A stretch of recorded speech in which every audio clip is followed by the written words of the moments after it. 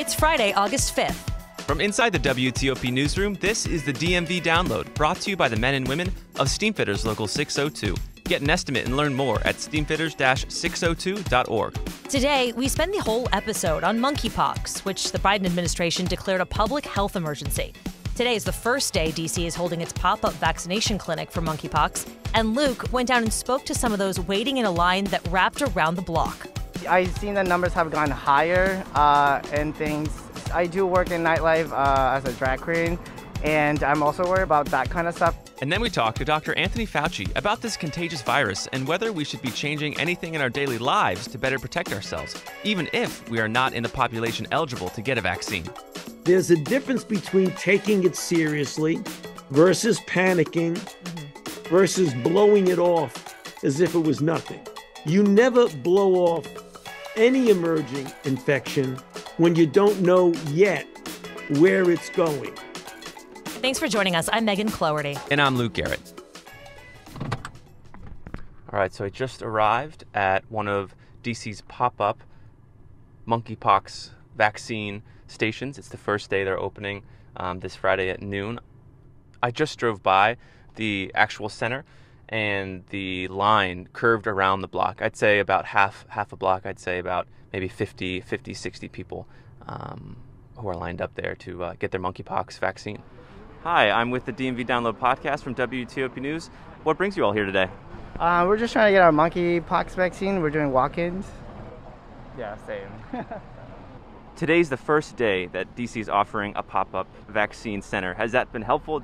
Actually, yeah, because I kind of tried to make appointments like weeks or 2 weeks ago, and so this kind of was kind of lucky to be happening that I found on Twitter, and a couple friends were saying it, so it's kind of nice to just kind of walk in and finally get it without worrying a little bit. And are you all generally concerned, about monkeypox in the DC area? I mean, I've seen the numbers have gone higher and things, so a little bit. I do work in nightlife as a drag queen. And I'm also worried about that kind of stuff because I do work with like sweaty spaces or things and all types of people. So it's been kind of interesting through this experience for sure. And part of the conversation that I've been having with some experts, stigma is a big barrier here. Have you felt that in your experience? There has been a lot of stigma, and especially with sex workers or people who work in nightlife and things like that. So, I mean, it happens. It's been happening all over the world. I even heard kids are getting them. So there shouldn't be no stigma. I mean, it's kind of like anything that we're getting and have we experienced with COVID. But as long as we just keep it positive and just supporting each other, I think we can keep going and just getting it through, I guess, for now. I'm Hazel Johnson, live in DC resident, Northwest. So. And this is a pop-up center that DC has done. Is that good for you as far as like accessibility and not needing to fill out a form? Yes, because actually we found out randomly that 2 days ago that the city was even offering monkeypox vaccine. We looked it up, and it was 2 blocks up the street from our house. So very accessible for us, at least. I know that there's like 2 other locations, but the luck of the draw, we were very happy that it was right up very close to our house. And are you generally concerned about monkeypox in the DC area? No, mainly because I don't know anyone who's caught it in the DC area, but I mean, I'm going to protect myself as best as I can so that I don't have to worry. I have a lot of travel coming up, so I want to make sure I'm covered on all bases. Got it. And how would you kind of characterize the Bowser administration's response so far? I think it's amazing that they're offering up to 300 free shots at each location every Friday. I would say that it's very responsive because it's just now, 2 days ago, been declared an emergency by the U.S. government. So I would say that they're doing more than I would expect this soon. What's your first name? Eddie. Hey, Eddie. What brings you here today? I came to get the monkeypox vaccination. And are you generally concerned about monkeypox? Yeah, to a certain extent. I mean, just to be precaution, and plus I live around elderly, and then even though the news says one thing, it looks like it's actually widespread, so it's not really geared to one group. So I would just suggest go ahead and get it while you can. And do you think the city will be able to control the outbreak? I don't know about that, but this is a good start. Thank you so much. Thank you. Have a good one. So, Luke, it seems like no one's really panicking out there, but what was the general vibe in the line? It's certainly a hot day to be standing in line outside. It was hot out there. Yes, it definitely was hot. But people were happy to be there because many of the people I spoke to, as you just heard, really, tried to get appointments online, and for schedule reasons or the online process just didn't work for them. And so having this pop-up location was so easy. And right now it's only on Fridays, but we'll see if that expands depending on, how much vaccine they can get in D.C. And Hazel Johnson's impression was right. Compared to neighboring jurisdictions, D.C. is ahead of the curve when it comes to getting vaccines out there. It could also be because it has far more supply than Maryland and Virginia. So we're going to break this down for you guys if you're not in D.C. In Maryland, Governor Larry Hogan tweeted the need for the federal government to distribute more vaccines to states, quote, with urgency, as we've been calling for. Drill down a bit to Montgomery County. It's launched a pre-registration survey to identify residents who want to get the monkeypox vaccine, and then they'll prioritize those people based on if they've already been exposed. In Prince George's County, the county executive, Angela Alsobrooks, told us she's planning to have a town hall on Monday to talk about the contagious virus, and she's also planning to share more information about vaccines. And now to Virginia. In Fairfax County, it says it's expecting to get additional vaccines next week and have an actual call center set up for at-risk individuals, and you can contact that number, if you've been exposed. In Loudoun County, there's an online screening form, and you can fill that out if you think you've been exposed, so you can be prioritized as they get vaccines there. And of course, just look to, Google where you are and the local health department, and you can find out more information specifically on where you are. And despite all this information, there's still a lot unknown about this monkeypox virus, also called MPX. If you're curious, stick around. Coming up next, we talk to Dr. Anthony Fauci about it all. Backed by the experience of its hardworking members, Steamfitters Local 602 is ready to take on your next commercial heating, cooling, HVAC, or refrigeration project. Steamfitters Local 602 adds value to our community through its partnerships with local contractors and building owners, all while keeping the focus on improving the lives of its members and their families throughout the DMV. For work that's on time and on budget, go to steamfitters-602.org to schedule your next project. That's steamfitters-602.org. Steamfitters Local 602. Changing lives. Thanks for listening to the DMV Download. If you like this show, give us 5 stars and leave us a review on Apple Podcast. We love hearing from you guys, and your reviews really do help other listeners find this, our area's only in-depth daily local news podcast. And thank you for making us a part of your day.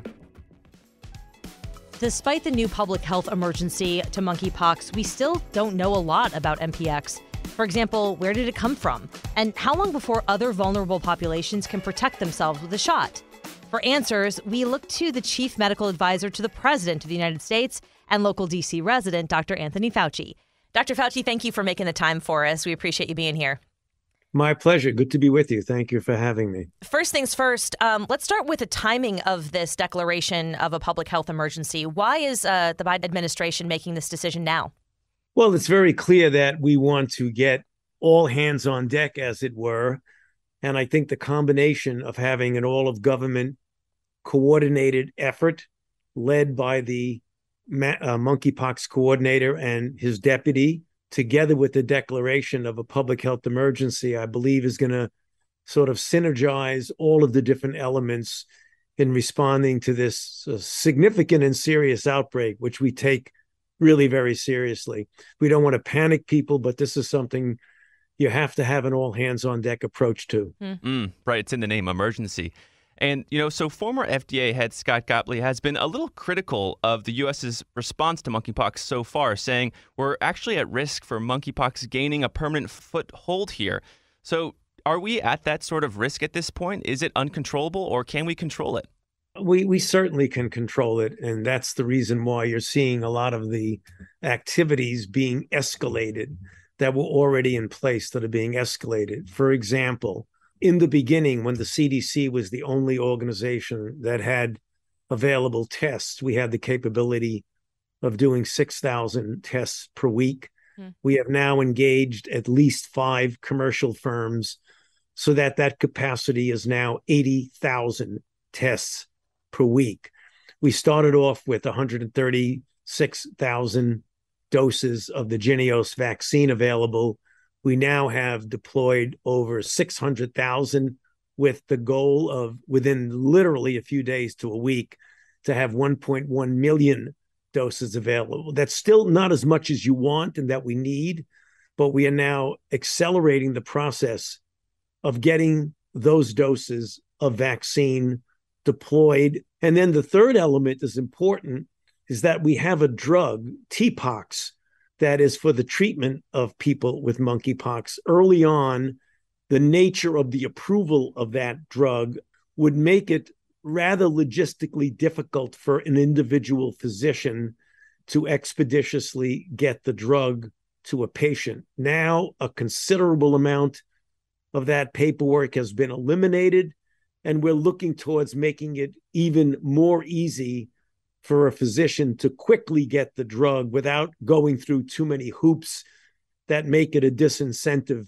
to use the drug. And then finally, there's a very strong outreach to the community. So I think when you put all of those four things together, I believe we will be able to get control over this. I mean, obviously, it's still expanding, but I believe if we all pull together in a coordinated way, we will be able to get control of it.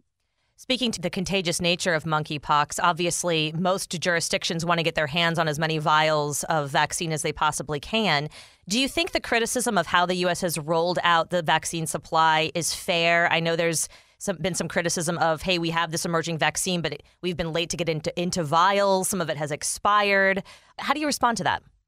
Well, everybody asks that. How do you respond to criticisms? Criticisms will always be there no matter what you do.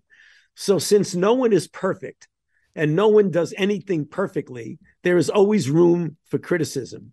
What you try to do is to address the justifiable criticisms. Right. There always are justifiable criticisms. And that's what the government tries to do. See what did not go as well as it should have and try to quickly correct it, as opposed to spending a lot of time answering a question. What do you say about criticism? So That's rather fair. than trying to respond to criticism, why don't we do something about it? How about this? I'll rephrase my question. Would you have liked to have seen the monkeypox vaccine roll out faster than it did? I always like to see any countermeasure roll out faster than it did. No matter how fast it rolled out, I always wanted to see rolling out faster. And pivoting from this kind of at-risk community, let's zoom out to the more general public. This public health emergency, what does it mean for the general public? Should we, if we're outside that at-risk community, change how we live our daily lives? What does it mean for us? No. I mean, I think that question answers itself, Luke. You don't want to change how you live your life based on what's going on. You just need to be aware of what's going on, follow the evolution of the outbreak, and make any adjustments in behavior according to how the information rolls out. Right now, there's no reason to believe that someone who is not in a particular group demographically, where we know 98 to 99% of the cases are among men who have sex with men, we got to make sure we don't stigmatize that group because they happen to be unfortunately afflicted with it. That's the worst thing in the world you could do, is to start pointing fingers. But also you need to be aware that there is a possibility that it will spill over out of that group into other groups. We know, for example, that already there have been, I believe, 5 children who have been secondarily infected by what you would imagine was typical close skin-to-skin contact with a child. Does that mean that every parent in the country needs to be terrified that that's going to happen to their child? Of course not. Of course not. But just pay attention to it. Don't brush it off as something that we don't have to pay attention to, but don't panic about it. Dr. Fauci, your name has almost become synonymous with COVID-19 information. So it's interesting to me that we have now a new public health emergency, and people kind of want to know, where are we compared to where we were with COVID? I know they're two completely separate viruses, but is there any way to compare for people in this moment of how seriously they should take this? You've got to really be careful when you say how seriously you take it. You take any emerging outbreak where you don't know all you need to know about it You don't know what limits are going to be. There's a difference between taking it seriously versus panicking versus blowing it off as if it was nothing. You never blow off any emerging infection when you don't know yet where it's going. So you pay attention to it, you follow it, and you respond to it in an appropriate manner. But we just want people to be aware without panicking. Now, monkeypox is not a new virus. We've seen it before throughout history. Do we know why it's emerging in this outbreak is so persistent and widespread? The answer is we don't know, but we have some idea. It has been endemic in Central and Western Sub-Saharan Africa for some time, for a few decades.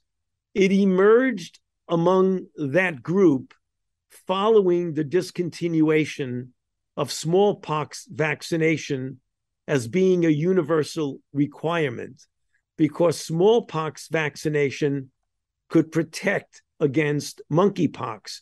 So when the entire world was vaccinated against smallpox, you saw very, very little monkeypox in Africa, as the protection that was rendered by a smallpox vaccination became less and less as the years go by. Then it emerged much more in sub-Saharan Africa. Then when you have that, there's the natural spillover from a animal to human spread, which was the primary way that monkeypox spread in sub-Saharan Africa, to the fact that you have someone and they were able to epidemiologically trace that someone was in sub-Saharan Africa, got infected, was a gay man, and went to one of the gay pride galas that occurred at various places several months ago. And that's how it got introduced into a demographic group where, if you look at the general practices of a group in the kind of galas where you have sexual partners, multiple sexual partners, that's the perfect setup for introducing it into a demographic group that otherwise you would have not seen it in that group. I know we're getting short on time. I wanted to pivot back to COVID if we can. We saw reports the CDC is expecting to release some updated guidance.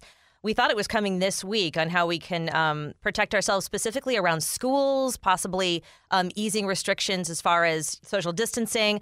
Do you know when that's expected to come out? Have you heard anything about that? And what stands out to you as far as the guidance and kind of this new phase of COVID that we're in? Well, it's still under discussion. I think very likely we'll be seeing it come out in the next few days. I would imagine no later than the very early part. And so you've been under unbelievable demanding pressure and media attention. You've had a big 2.5 years. There have been discussions of, you retiring, stepping back. Do you know when that will be? Well, no. I discuss it frequently with my family about when I would decide to step down from my current position in the government. I think the misinterpretation that people have, whenever that is, and I don't know yet, really, I'm in active discussion, it's not going to reflect retirement in the classic sense, because stepping down from a government position, there are still other things that I feel I can make a contribution to in the arena of public health and public education, in the inspiration of young scientists. So when people say retire, that's when you see me wince a little. I don't know when I'm going to leave federal government, but whenever I do and wherever I do, it's not going to be classic retirement. Well, I don't think anybody can say you don't deserve a break. Hopefully you can spend a little more time in Rock Creek at least, because we know you love your walks. I will never give up my walks in the park. Dr. Anthony Fauci, thank you so very much for your time today. My pleasure. Thank you for having me. Okay, before we go, I have a burning question. Yeah. Do you like peaches? I love peaches. Yeah, peach pie, peach cobbler. Okay, there is a peach fuzztival going on this weekend. Nice. I love the name, at Great Country Farms out in Bluemont, Virginia. I really want to go. I think I'm going to take our kids. They have a ton of stuff. They have like a ninja course. They have the giant slides for the kids. They have peach pie there. There's going to be a peach pie eating contest. Whoa. I might enter. Just You kidding. should. No, I don't know. I don't think I will. But I'm into it. I just think I like getting out of the city, doing something different, being around little baby goats probably again. I'm all for it, man. I'm very excited about this. Wow. Yeah. My weekend plans are a little different. I'm planning to go to the Art of Banksy, which is like the world's largest collection of privately owned Banksy art in the world, as I said. And it's in D.C. Worldwide. Worldwide, yeah. The tickets are a little steep, like $45 to $55. Ooh. But it's like pretty limited. We're so spoiled in D.C., though. Like the stuff we can see for free. Yeah. No one ever wants to pay to go to see anything. But it makes sense. I mean, if they're having it at a private gallery, where is it? Where are they having it? Oh, yeah. So the Art of Banksy in Washington, D.C., it's taking place at Gallery Place in Chinatown, 709 7th Street, Northwest, D.C. So it's a quick metro ride, not too bad. And it's right near the new library, the Martin Luther King Library, which I just visited, which is sick. If anyone's interested in starting their own podcast, they actually have a podcast studio in that new library in the basement. Oh, that's cool. So honestly, I might go to the library after that to just get some free things after spending $55. Just sit in the podcast booth on your weekend. Yeah. Yeah. That sounds good. Have some alone time. Boom. Okay. Well, that'll do it for us today on the DMV Download. I hope you guys have a good weekend. We are sponsored by Steamfitters Local 602. Our managing editor is Craig Schwab, and our music is by Real World. Give us a review and rate our show if you get the chance, and follow us on social media. And while you're doing all those things, subscribe so you never miss an episode. You can find out more about this podcast and become one of our VIP listeners at dmvdownload.com. The DMV Download is a product of WTOP News. Listen on 103.5 FM in D.C., 107.7 FM in Virginia, 103.9 FM in Frederick, online at WTOP.com and on the WTOP News app. Thanks for listening.